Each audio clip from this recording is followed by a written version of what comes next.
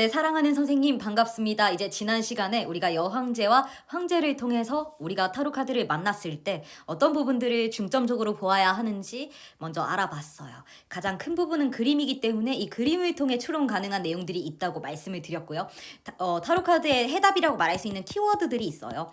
그러니까 키워드라는 건 황제 카드가 어떤 의미를 하는지 단어로 표현을 한 거예요. 예를 들면 아버지, 권위, 리더, 보수 이런 것들이죠. 그런데 이 카드를 보았을 때 선생님이 사유를 하시다 보면 충분히 파악 가능한 내용들이고 이해가 되고요. 선생님이 키워드를 모른다고 하시더라도 내가 적어낸 키워드들이 실제로 카드의 의미와 상당히 유사하거나 같다는 것들을 발견하게 돼요. 그러면 이것이 나의 추론 능력이고 파악 능력이고 통찰력이구나 하시는 것들을 선생님이 깨우치면서 타로 카드와의 라포를 형성할 수 있고, 그러면서 선생님이 타로 마스터로서의 역량을 갖춰갈 수 있다 보시면 되겠죠.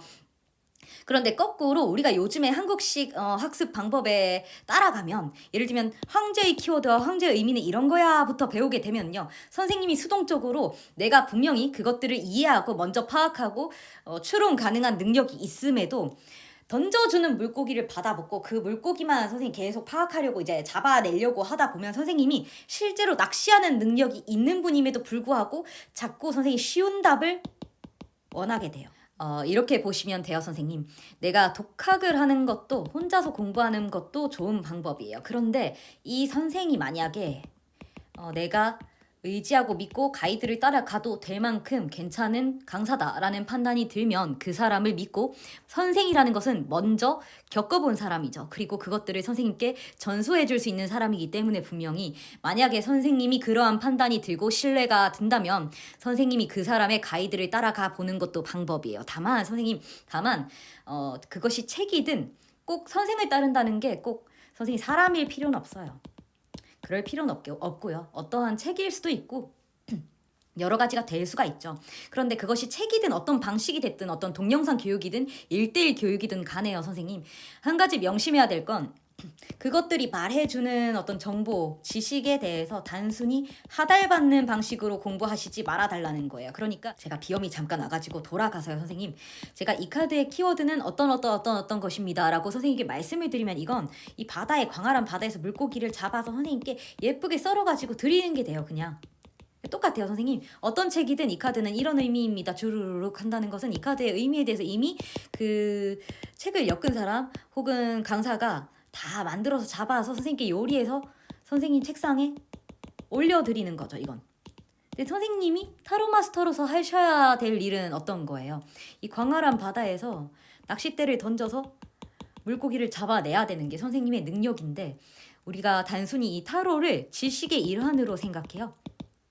카드 한 장의 의미를 배우고 78장이 엮이면 내가 이걸 많이 배우면 배울수록 나는 좋은 타로 마스터가 될 거야 라고 생각하시겠지만, 해보신 분들 아시겠죠? 전혀 아닙니다. 지식을 내 머릿속에 넣는 것과 그것들을 체득화해서 내공으로 풀어내는 것은 전혀 다른 영역이다. 그리고 그것을 현란한 말솜씨, 그리고 상대방을 공감하고 내가 내 말을 전달했을 때 이 사람이 호의적으로 받아들일 수 있게 하는 대화 능력, 커뮤니케이션 능력은 또 전혀 다른 부분의 영역이고, 사교성이라는 건 전혀 선생님 타로와 또 다른 영역이기 때문에 많은 영역이 믹스가 돼야 돼요. 첫 번째, 이 지식을 단순히 전수받는 것이 아니라 이 타로 카드를 보고 파악할 수 있는 통찰력, 인사이트죠. 두 번째, 선생님이 누군가에게 뭔가 말을 했을 때 이것이 설득력 있게 전달될 수 있는 화술 능력.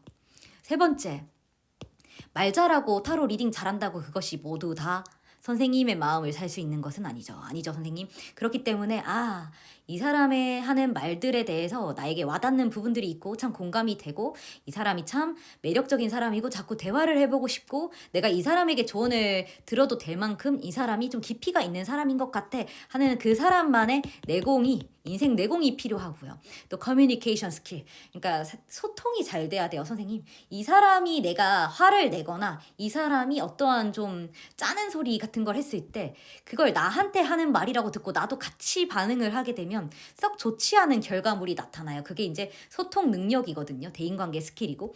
근데 이제 내가 상담사라면 좀 더 그 사람이 하는 말들을 있는 그대로 받아들이기보다는 그대로 포장을 잘 해가지고 좀 더 뭐랄까요, 선생님, 그 사람이 나한테 우박을 던졌으면 이 우박을 품어서 조금 더 따뜻한 어떤 커피 한 잔으로 내어줄 수 있는 그것이 바로 어떤 선생님의 인생 내공이자 현명함이 아닐까 싶어요. 그러니까 뭐 저 인간이 먼저 나한테 저렇게 했어. 거기서 이제 달려들지 말고요, 선생님. 참 저도 이런 말할 자격이 없는 사람인 줄은 압니다만 달려들지 말고 따뜻한 차 한 잔으로 돌려줄 수 있는 그러한 정도의 여유는 우리가 가져야 된다. 그게 진정한 상담사의 역량이다. 항상 말씀을 드리죠. 그러니까 타로 리딩도 중요해요. 그런데 항상 잊지 마세요. 이 타로에 매몰되는 분들을 참 많이 봐요. 상담사들 중에 타로가 도구가 사람 위에 군림하는 경우를 많이 봐요. 황제 카드는요, 설립이고 안정성이고 조직이고 시스템이에요. 컨트롤이고. 그런데 선생님, 이 항상 타로도 마찬가지예요. 이 황제 카드가 그 사람 위에서 군림하면 안 돼요. 카드는 도구거든요.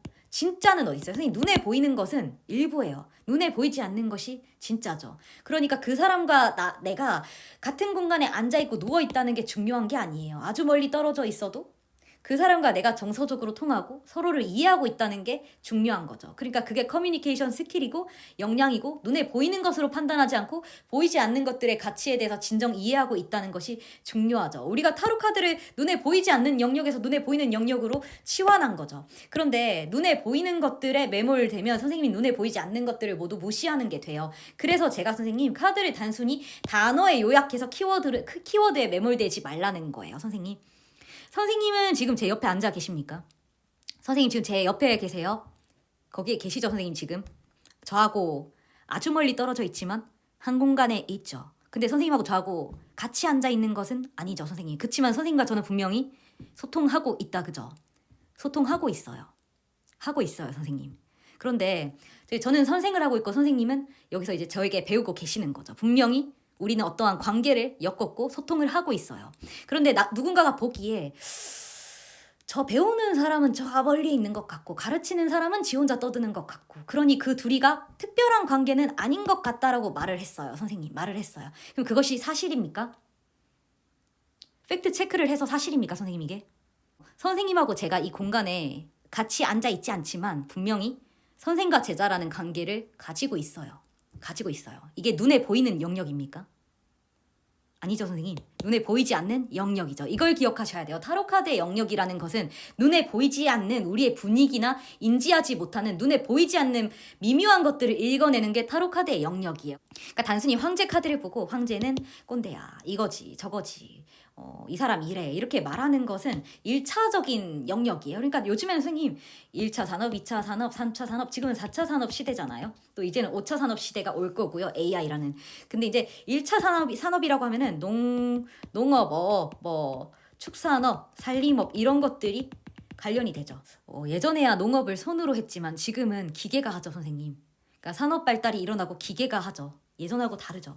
근데 선생님께서 만약에 이 카드를 단순히 황제 카드가 키워드대로 이렇게 집어넣어서 무슨 해석을 하려고 하고 계시다면 우리가 지금 1차 타로의 단계에서 1차 농업, 손으로 하는 단계에 있는 거예요. 지금 있는 거예요. 좀 더 발전시켜야 되죠. 근데 이게 AI라는 4차, 5차 산업의 어떤 수준의 손으로 하나하나 하는 단계가 아니라 이 지금 무한한 광활한 영역, 무의식의 영역에서 가장 정확한 데이터를 요약해서 받아서 그것을 전달해 줄 수 있는 챗 GPT 같은 능력을 가진 타로 마스터가 되기 위해서는 선생님 키워드에 함몰되어서는 안 됩니다. 키워드가 가장 중요하죠. 그런데 그 키워드는 뭐예요, 선생님? 결국 키워드는 뭐예요, 선생님? 이 카드가 의미할 수 있는 바를 요약한 거잖아요. 단어로 함축해서 이 카드의 어떤 특징들을 정리해서 알려주는 것이 그 카드가, 그러니까 그것이 카드의 전부는 아니에요, 절대로. 이 황제 카드가 예를 들면 모티프가 율리우스 카이사르라는 사람이라고 쳐봐요. 이 고대 로마의 위대한 황제죠.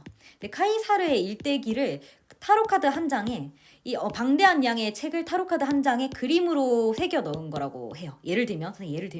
그런데 카이사르가 꼰대일 수도 있고요. 리더십이 있는 사람일 수도 있고 권위가 있는 사람일 수도 있고요, 선생님. 굉장히 어떤 강성한 그 로마 제국을 건설한 사람이 될 수도 있고 여러 가지 의미가 될 수 있지만요. 그런 스토리들의 함축 요약을 해서 이렇게 키워드를 만들었어요. 리더십, 권위, 통제, 안정 이런 것들을 담았죠. 그것들을 수와 그림과 이름과 이 사람의 스토리를 한 장의 카드에 담은 거예요. 근데 이걸 키워드화했어요. 그 키워드만 알고 율리우스 카이사르는 뭐 키워드 땡땡땡만 알고 해석하는 것과 이 카이사르에 대해서 제대로 된 이해를 하고 이 카드에 대해서 내가 바라보는 건 전혀 다른 깊이를 만들어내요. 같은 카드를 보고도 타로 마스터마다 타로 리딩에 내는 깊이감이 천차만별이에요. 그러니까 이 카드 한 장을 보고 선생님들마다 지금 다른 깊이감을 가지고 있단 말이에요. 황제 카드가 아니고 이게 실제 인물이라고 쳐봐요, 선생님. 어떤 사람이 와가지고 앉았어요. 앉았는데 그 사람의 표정이나 어떤 많은 것들을 보면서 이 사람의 인생이 느껴지는 거예요. 느껴질 수 있죠, 선생님. 말하는 폼새, 뭐 많은 것들을 보고 선생님이 이 사람에 대해서 순간적으로 이 사람의 인생이 느껴질 거예요. 그건 뭐예요, 선생님? 이 사람의 대한 어떤 인생 내공이 느껴진다는 것. 순간적으로. 그게 통찰력이고 서로 간에 열려있는 가슴이 소통하는 열려있는 주파수의 공명이죠. 타로 카드와 선생님도 그렇게 공감하고 공명할 줄 알아야 되는데 이 카드에 대해서 배려심 있는 이해하는 노력, 배려심 있는 이해의 어떤 노력을 다하지 않고 선생님이 강사가 주는 것들에 대해서 받아먹기만 하면요.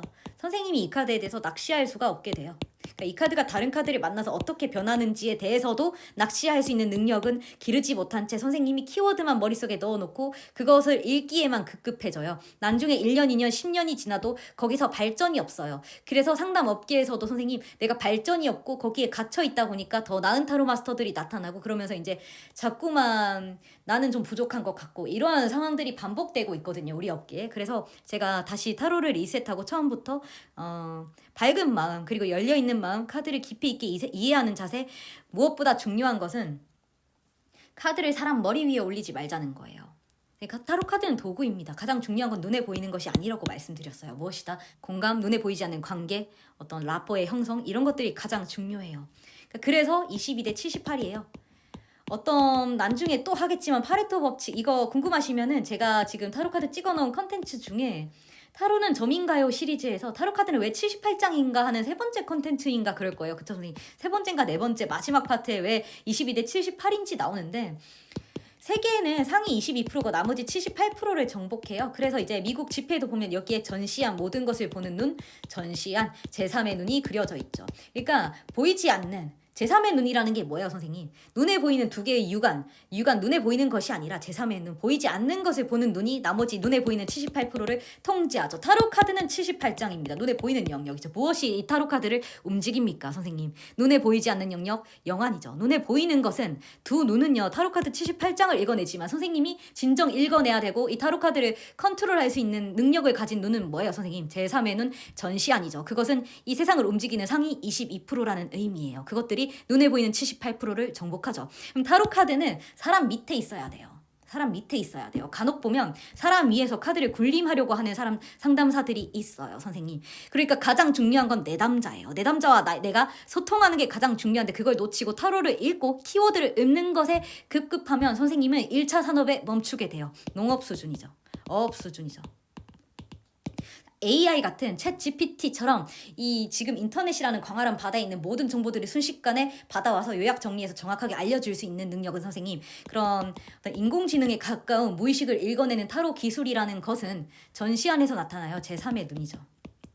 이게 제가 지금까지 선생님께 말씀드렸던 통찰력이라는 거예요. 통찰력이 영어로 뭐예요, 선생님? 인사이트죠. 그러니까 내면을 보는 사이트 시야라는 거예요. 그러니까 내면은 어디예요? 눈에 보이지 않는 무의식의 영역이죠. 오늘 얘기하려는 것들이 바로 이 무의식에 관한 이야기들이에요, 선생님. 타로 카드는 눈에 보이는 의식의 영역으로 무의식에 있는 것들을 끄집어낸 거죠. 챗 GPT가 하는 그러니까 챗 GPT를 선생님 대부분 아시겠지만 혹시 모르신다면 새로운 시대의 지금 24년도부터 드러나는 새로운 패러다임이에요. 그러니까 선생님이 책을 쓰려고 글을 쓰려고 하면은 어떤 것에 대해서 글을 쓰고 싶으면 챗 GPT에게 입력하면 그것들에 관련된 인터넷의 모든 정보들을 요약 정리해서 선생님 대신 글을 써줘요. 훨씬 더 정교화된 기술로 사람보다 훨씬 더 뛰어난 정보력과 기술로 모든 정보를 취합해서 정리해서 요약해서 순식간에 알려주죠, 선생님께. 이게 지금 말하는 인공지능 챗 GPT의 기술인데 그 정도의 타로 리딩 기술을 읊어내는 건 가능하죠, 선생님. 그런 이제 뛰어난 타로 마스터들이 해내는 게 그런 4차, 5차 산업의 수준으로 해내고 있죠. 근데 그건 절대 키워드의 영역이 아니에요, 선생님. 제가 지난 시간에 늘 말씀드렸던 영안, 통찰력, 직감력, 그리고 직관하는 능력, 직관 타로, 그리고 어떤 신적인 영역일 수도 있고요. 이런 것들이 바로 챗 GPT와 비교할 수 있는 타로 기술을 의미하거든요. 선생님이 이런 것들을 전혀 발휘하지 않은 채 눈에 보이는 키워드에만 급급해서 내가 배운 대로 읊는 건 뭐다 선생님? 1차 산업에 멈추는 겁니다. 농업업 수준에 옛날에 할아버지 씨 뿌려서 씨 뿌리고 곡씨 걷고 선생님 1년 기다리고, 이게 지금 기술이 없던 시대의 산업 방식이에요. 근데 지금은 선생님 그렇게 해가지고는 따라잡을 수 없죠. 선생님 따라잡을 수 없죠. 예를 들면 선생님이 도서관에 있는 모든 책을 다 평생에 걸쳐서 읽더라도 해내지 못하는 것들을 인공지능은 순식간에 정리해서 답을 찾아서 알려주죠. 그게 지금 시대의 흐름이잖아요. 타로에도 그런 것들이 있어요. 선생님. 내가 단순히 강사가 책이 알려주는 키워드를 내 머릿속에 넣어서 읊어내는 수준은 1차 산업에 멈춘 거예요. 선생님이 이 역량을 발휘하기 위해서 22%라는 보이지 않는 통찰력을 발휘하는 것이 바로 챗 GPT처럼 모든 것들, 그러니까 도서관에 있는 이 모든 책들을 순식간에 파악해서 정확하게 필요한 정보 데이터를 읊어주는 거죠. 그것이 무엇이다 선생님? 제3의 눈이라는 미간 사이에 아즈나 차크라가 활성화되어서 일어나는 직관적인 영역이죠. 선생님. 그래서 선생님이 단순히 수동적으로 학습하시는 것에 그치지 않고 내가 이것들을 낚싯대를 꼽아놓고 정확한 것들을 읊어낼 수 있는, 낚시할 수 있는 능력을 기르는 게 관건이에요. 그게 입문 과정의 가장 중요한 키포인트입니다. 선생님. 제가 타로 카드 처음에 지금 이건 2강인데요. 2강이고 총 8번째 강좌예요. 근데 지금 제일 먼저 타로 공부의 영순위 강좌에 보면 이 강의를 통해서 무엇을 얻을 건지는 반드시 한 가지 스스로와 약속하자고 말씀드렸어요. 그게 방향성을 결정짓는다고. 선생님, 이번 과정을 통해 내가 초보자이든 입문자이든 숙련자이든 어떤 누군가를 가르치고 있는 사람이든 간에요. 이것저것 많은 것들을 다 얻어가고 하나라도 더 얻겠다는 욕심보다는요. 가장 중요한 능력 한 가지를 내가 얻어가겠다는, 가장 중요한 무언가, 그게 과연 무엇인지를 알아내겠다는 욕심을 내셨으면 좋겠어요. 보시면요 선생님, 여왕제 카드가 보인다 그죠? 여왕제의 어떤 핵심 키와 많은 것들이 보이고, 왼쪽에 보시는 건 10번 운명의 수레바퀴라는 카드예요. 이건 3번 여왕제 카드고 10번 운명의 수레바퀴라는 카드인데 막 상징마다 번호가 붙어있다 그죠? 번호가 붙어있어요. 제가 부탁드리고 싶은 건요, 입문 단계라면, 그리고 내가 다시 시작하는 단계라면 상징 하나하나에 너무 과도하게 집착해가지고 너무 깊이 빠져들지 마세요 선생님. 그러니까 내가 완벽주의자인 분들이 있거든요. 하나라도 더 상징을 깊이 있게 알아야지만 해석이 될 것이라고 학습적으로 가요. 좀 이따가 하겠지만, 좌뇌와 우뇌에 대해서 하겠지만, 뭔가 하나라도 더 분석해서 빽빽하게, 제가 타로 공부를 가르치면서 몇 년 동안 지켜본 바에 의하면 뭐든지 처음부터 끝까지 빽빽하게 적어가지고 한 10명 중에 8명 그렇게 배우시는 것 같아요. 진짜 깜지가 되도록 쓰시거든요. 근데 그게 잘못된 방식이라는 게 아니고, 타로는 운의 창의적인 영역이에요 선생님. 자꾸 이것들을 분석해서 정확하게 내가 뭔가 뭐랄까요 선생님, 무슨 법 공부하듯이 하게 되면요, 좀 이따가 보여드리겠지만 이건 좌뇌의 영역이에요. 우뇌를 활성화시키는 게 아니고 좌뇌를 활성화시키는 영역이거든요. 작은 것 하나에 집착하는 것은 맨 마지막 단계예요. 내가 남보다 뛰어나기 위해서 하나라도 더 작은 것들을 알아야지 해석해낼 수 있을 거야 라는 그런 고정관념 틀을 깨는 것이 선생님이 지금 입문 단계에서 하셔야 될 역할이에요. 왜냐하면 운의 영역은 창의적인 영역이고, 더 어떻게 보면 더 좋은 시를 써내고 더 좋은 그림 감상을, 평론을 할 수 있고, 또 더 아름다운 혹은 더 매력적인 선율을 만들어낼 수 있는 것이 운해의 영역이죠. 창의적이고 직감적인 영역이에요. 운해는 이 우주와 연결되는 무의식적인 영역이고 광활한 영역이죠. 그리고 좌뇌는요, 이쪽과 저쪽을 구분하는 나중에 하겠지만 11번 정의카드의 영역이거든요. 선을 긋는 거예요. 영역을 분명히 하는 것들, 수학, 과학, 법 이런 것들이 좌뇌의 영역이라면, 운해는 영역이 분명하고 뚜렷하지 않고 경계지어지지 않는 음악, 미술, 창의성의 영역이죠. 그래서 10번 운명의 수레바퀴는 모든 것들이 둥글게 연결되어 있어요. 그런데 11번은 모든 것들이 자로 저울 재듯 칼을 정확하게 세우고 있죠. 이런 것들은 좀 복잡하니까요. 이 원리들은 차후에 하고요. 가장 중요한 것은 이 타로 카드를 너무 학습하듯이 처음부터 배우면 선생님의 낚시 능력이 제한됩니다. 공부하는 방식이 정말로 중요해요. 보시면 좌측은 잔해의 영역이고요. 우측은 운의 영역이에요. 그림 보시면 대강 어떤 느낌인지 이해가 되시죠? 좌측은 파란색이고 우측은 무지개색이에요. 대강 뭔가 감이 오시죠, 선생님? 좌측은 글이고요. 우측은 색감이에요. 감이 오신다, 그죠, 선생님? 스파크가 일어나면서 단순한 주파수가 입력됐을 때 많은 것들을 볼 수 있는 제3의 눈의 영역이 활성화되는 것이 관건인데요. 예를 들면 이런 거예요, 선생님. 영어 듣기가요. 서서히 들리실 것 같잖아요. 그러니까 영어가 선생님이 잘 안 들리는데 예를 들면 영어 단어를 모두 알아요. 그 영어 지문에 나오는 영어 단어를 다 안다는 전제하에 영어 듣기가 서서히 들리기 시작할 거다. 듣다 보면은 점점 더 또렷하게 들리기 시작할 거다 생각하시는데 놀라운 게 뭔지 아세요, 선생님? 놀라운 게 우리 뇌가 그렇게 움직이지 않는다는 거예요. 그러니까 듣기 능력도 귀가 뚫린다고 말을 하거든요. 저도 이거 실제로 겪었던 거예요. 제가 옛날에 아주 중학생 때인가 영어 듣기를 하는데 한 달 동안 비슷한 걸 매일 들어도 잘 들리지 않는 거예요.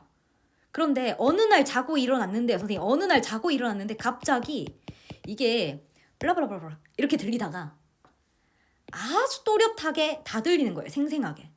그래서 제가 거기서 너무 충격을 받았어요. 뭔가 내가 들리지 않다가 갑자기 모든 게 다 들리는 거예요. 무언가 보이지 않다가 모든 게 다 보이는, 그러니까 약간 영안이 내가 트였나 싶을 정도로 보이는 순간이 와요. 지금 이게 무슨 말이야 하시는 분들이 대부분일 것 같아요. 경험해 보신 분들 있을 거예요. 타로 카드가 보이지 않다가 갑자기 내가 무슨 신이 들렸나 싶을 정도로 너무 생생하게 보이는 경험을 해요. 이 경험이 언제 오느냐? 선생님의 운해를 전적으로 신뢰하고 선생님의 직감을 신뢰하고 그것들을 습관화했을 때 어느 순간 갑자기 트이게 돼요. 그러니까 무슨 선생님 제가 지금 비과학적인 어떤 뭐 종교처럼 믿어라 그러면 열릴지다 이렇게 하려는 게 아니에요, 선생님. 그게 절대로 아니고 제가 영어 듣기를 말하잖아요, 청해. 이 영어 듣기도요, 선생님. 매일매일 들으면 실력이 꾸준하게 이렇게 올라가는 게 아닙니다. 그게 아니고 영어 듣기도 잘 안 들리다가 어느 순간 급격하게 들리기 시작하면서 나중에는 완전히 들려요. 근데 보통의 사람들이 이 과정에서 많이 포기를 합니다. 안 들리니까. 포기하거든요. 그런데 들리지 않더라도 꾸준히 틀어놓고 내가 인지하도록 해두면 어느 순간 굉장히 슬로우 모션으로 들려요. 선생님이 만약에 유튜브 영어 채널을 보면서 내가 영어를 어느 정도 하는데도 들리지 않는다고 느껴지면요, 우리 뇌에 그것들이 어떤 연결시켜주는 작용이 아직은 상당히 약한 거예요. 그런데 매일매일 거기에 노출되다 보면은 나중에는 이 뇌가, 무의식이 이 정보는 내가 입력을 해야 돼서 정확하게 이것들을 빨리 파악해 내어주는 것들이 중요하구나라고 인지하면은요, 선생님 그것들을 모으기 시작하고 조직화하기 시작하면서 어느 순간 선생님이 자고 일어나면 갑자기 훨씬 더 생생하게 느껴지는 순간들이 와요. 예를 들면 제가 선생님보다 타로 카드를 봤을 때 더 빨리 파악할 수 있는 이유는 뭐예요, 선생님? 당신이 오래 했으니까, 당신이 뭐 어땠으니까 저땠으니까 많은 이유가 있겠지만요, 제일 원론적으로 본다면 그 정보에 대해서 반응할 수 있는 연결 구조 자체가 선생님보다 훨씬 더 거미줄처럼 촘촘하다는 말이겠죠. 그만큼 많이 써먹었으니까요. 그러니까 선생님이 지금 여기에서 이렇게 흩어져 있는 정보망을 가지고 있다면 저는 끊임없이 했기 때문에 아주 촘촘하게 이것들이 조직화되어 있을 거고, 어떤 정보를 받았을 때 순식간에 일어날 수 있는 어떤 그런 구조를 갖췄다, 그죠? 사고 회로를 갖추고 있어요, 우리 뇌 안에. 그러니까 훨씬 더 정보가 구조화될 수 있도록 많이 써먹었다는 의미가 되겠죠. 그러니까 영어도 더 많이 들어보고 더 많이 노출되는 사람이 잘하듯이 많이 써먹고 조직화를 많이 시켜놓고 그럴수록 훨씬 더 빠르게 연결되고 내가 말할 수 있게 돼요. 그래서 지금 잘 되지 않는다고 걱정하지 마시고요. 나를 믿으세요. 선생님. 나 머리 나쁜데? 머리하고 관계없어요, 선생님. 머리 나쁜데 보다는 선생님 스스로를 신뢰하고 자꾸 포기하지 않고 따라가는 것들이 중요해요. 왜? 이렇게 성장하기 때문에 이 구간에 선생님이 도달을 해야 여기까지 점프할 수 있는 거예요.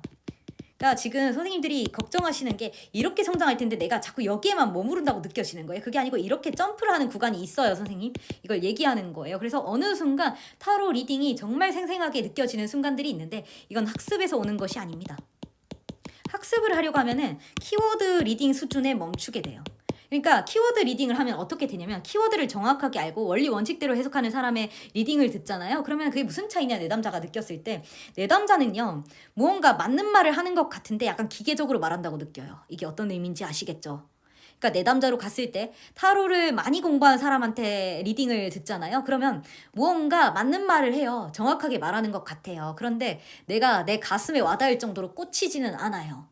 내가 내 남자친구의 마음을 물었는데 상담사가 원리 원칙에 입각한 키워드 리더예요. 그러면 분명히 그 사람 성향에 맞는 키워드들 같기는 해요. 고지식하고 보수적이고 꼰대고 뭐 맞는 것 같기는 해. 근데 선생님 이상하게 와닿지는 않고 내가 그 사람에 대해서 이건 찰떡이야 라고 느낄 만한 포인트는 없는 거예요. 그런데 이 운해를 쓰는 직관적으로 운해를 쓰는 이 연결망이 촘촘한 타로 마스터에게 가잖아요.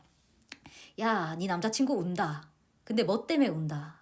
너 이렇게 말하지. 여기까지 리딩을 해내거든요.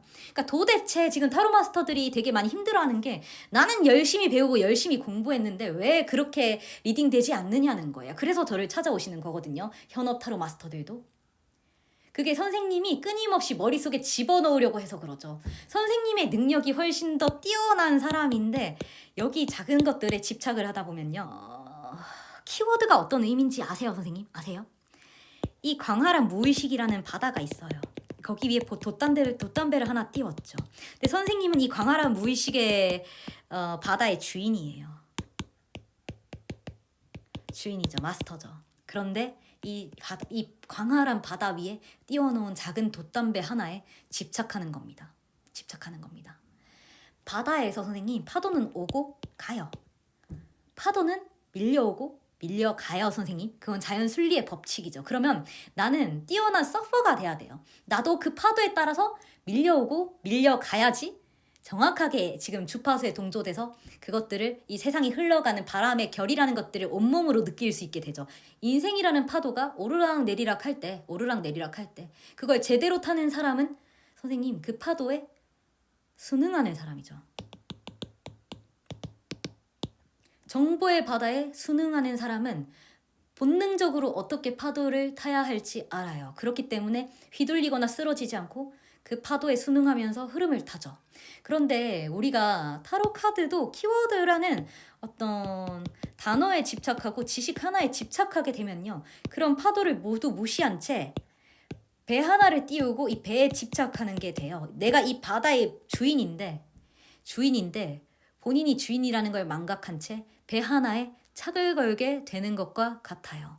그래서 선생님 작은 것 하나에 매몰되지 마시고 선생님의 무한한 역량, 무의식적인 영역 이런 것들에 대해서 신뢰하세요. 어떤 정보에 대해서 선생님이 많은 것들을 말했을 때 그것을 믿기 어려워서 어떤 사람들은 선생님을 실소를 터뜨리며 비웃을 수도 있어요. 비웃을 수도 있어요, 선생님. 그렇지만 선생님 한 가지 분명히 아셔야 될 것은 제 눈앞에 선생님이 앉아 계시지 않는다고 하더라도 선생님과 저는 분명히 지금 눈을 마주하면서 관계를 맺고 있다. 그죠? 그런데 누군가가 선생님이 제 앞에 있지 않다는 이유로 제게 너는 허공을 보면서 말을 하고 있어 라고 얘기를 했어요. 그러면 그 사람 눈에는 그게 맞겠지만 진실은 뭐예요? 선생님과 저는 관계를 맺고 있는 거죠. 아주 오랜 시절 옛날에 선생님 조선시대 때 눈앞에 있지 않아도 대화를 할 수 있어라고 말했다면 누군가가 그게 철저히 부정됐겠죠. 근데 지금 그건 우리의 너무나 지극히 당연한 현실이고 상담도 전화로 이루어진다. 그죠? 그렇듯이 지금 기술이 선생님이 말하고자 하는 것들을 받아들이기에 한계가 있고 조선시대 1차 농업산업시대에 멈춰진 말을 하더라도 거기에 휘둘려서 많은 사람들이 노라고 말하는데 그 사이에서 내가 예스라고 말하기를 주저해서 내가 느껴지는 바를 부인하는 우를 범하지 말자는 거예요, 선생님. 타로카드 한 장이라는 정보가 입력됐을 때요. 우리 뇌가 가진 역량에 따라 그 정보의 양이 결정돼요. 스펙트럼이죠. 타로카드를 입력을 했을 때 그 스펙트럼을 보여줄 수 있는 역량을 갖춘 거는요. 우리의 뇌가 해야 될 능력이에요. 뇌의 능력이죠. 내가 배워온 키워드대로 말만 하려고 하는 건 귀로 들어와서 그냥 입으로 나가는 거예요. 뇌를 거치지 않는 거죠. 물론 어떤 내가 기억하는 것들을 뱉은 건 맞지만 어쨌든 능력을 활용하지 않은 거죠, 전혀. 그런데 들어온 대로 나가는 게 아니라요. 들어온 정보가 분석과 해석이 되어서 제대로 된 스펙트럼을 보여줄 수 있는 이 역량은 무엇이에요, 선생님? 선생님의 통찰력이죠. 이게 내면 시야 인사이트라는 거예요. 내면의 시야, 인사이트라는 거예요. 이걸 스펙트럼을 넓혀줄 수 있는 게 선생님의 통찰력이고 내공이고 선생님의 역량이고 낚시의 능력이에요. 그런데 선생님이 제가 쥐어주는 물고기를 그냥 그대로 드시려고만 하면 이 능력은 절대 개발되지 않습니다. 그게 현업 선생님들이 발전되지 않는다고 느끼고 한계를 느끼는 이유예요. 배우긴 배웠는데 그냥 뱉기만 하니까 나의 능력은 발휘하지 않고 있는 거니까. 절대로 중요한 건 선생님 지식의 전달보다도요. 어떤 지식의 깊이도 중요해요. 그리고 아시겠지만 제가 이 업계에서 이렇게 강의를 하고 있는 이유 중에 하나가 거기서 뒤지지 않기 때문입니다. 당연히. 근데 제가 이렇게 말을 해가지고 다른 거 다 필요 없고 지식도 다 필요 없고 너의 능력만 개발해 이렇게 말하려는 게 아니고요. 배움은 정말 중요해요. 어떤 책에 나온 것보다도 제대로 배우고 깊이 있게 배우고 분석할 줄 알아야 되죠. 그런데 거기에 너무 매몰되어서 잘못된 방식으로 학습하고 있는 것도 우리가 알아야지 바로 가는 길을 다시 발견할 수 있다는 거예요, 선생님. 내가 그래서 작은 것에 자꾸 착을 걸지 말자는 겁니다.